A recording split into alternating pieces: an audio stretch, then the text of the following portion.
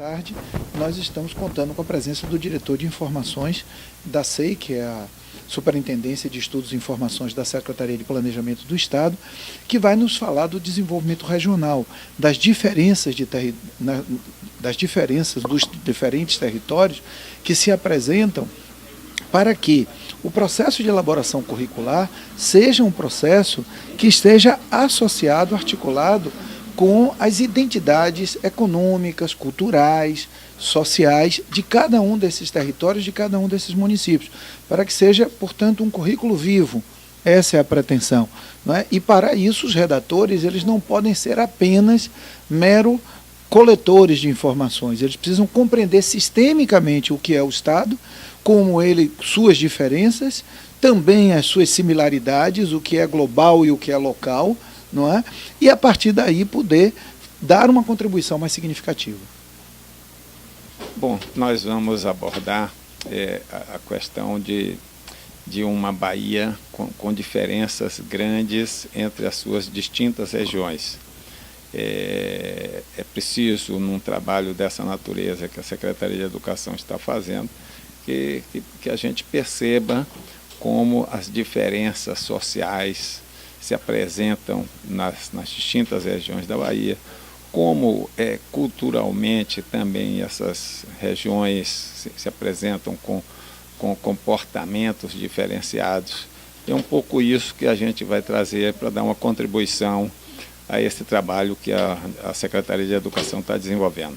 A Bahia é muito diversa internamente, ela tem regiões que têm processos de ocupação histórica muito diferenciados e, por conta disso, ela apresenta também indicadores sociais e econômicos muito diferenciados. E a gente vai trazer especialmente um caso aqui na Bahia, que nós estamos estudando agora, em que o processo de educação, a cultura que foi formada durante as últimas décadas nessa região, teve uma participação significativa no processo de desenvolvimento. É a região lá do sudoeste da Bahia, chamado Altos Sertões da Bahia, que nós vamos abordar um pouco também, para dar um exemplo de qual é o papel da educação e na cultura no processo de desenvolvimento. Não, é a região de Caetité, até Rio de Contas, etc., que ela teve uma formação econômica e cultural, com presença forte de educação, desde o início do século XX, e nós encontramos, hoje, com dados do último censo, nós encontramos indicadores que diferenciam esta região de outras regiões da Bahia. Nós estamos constatando que Anísio Teixeira teve um papel importantíssimo, ele era da região, mas Anísio Teixeira também já é filho de um ambiente culturalmente forte nessa região desde o século XIX. Não só Anísio Teixeira, como o pai dele também já é fruto deste ambiente cultural. Todos foram formados pelos seus pais, todos estudaram fora daquela região, fora da Bahia, fora do Brasil. O Anísio Teixeira tem um irmão que fez engenharia mecânica nos Estados Unidos em 1920. Não é? Então, esta cultura na área de educação é muito forte naquela região e a gente vai mostrar como ela teve um papel importantíssimo no desenvolvimento até hoje. E isso pode ser aprendido, pode ser pensado para outras regiões da Bahia.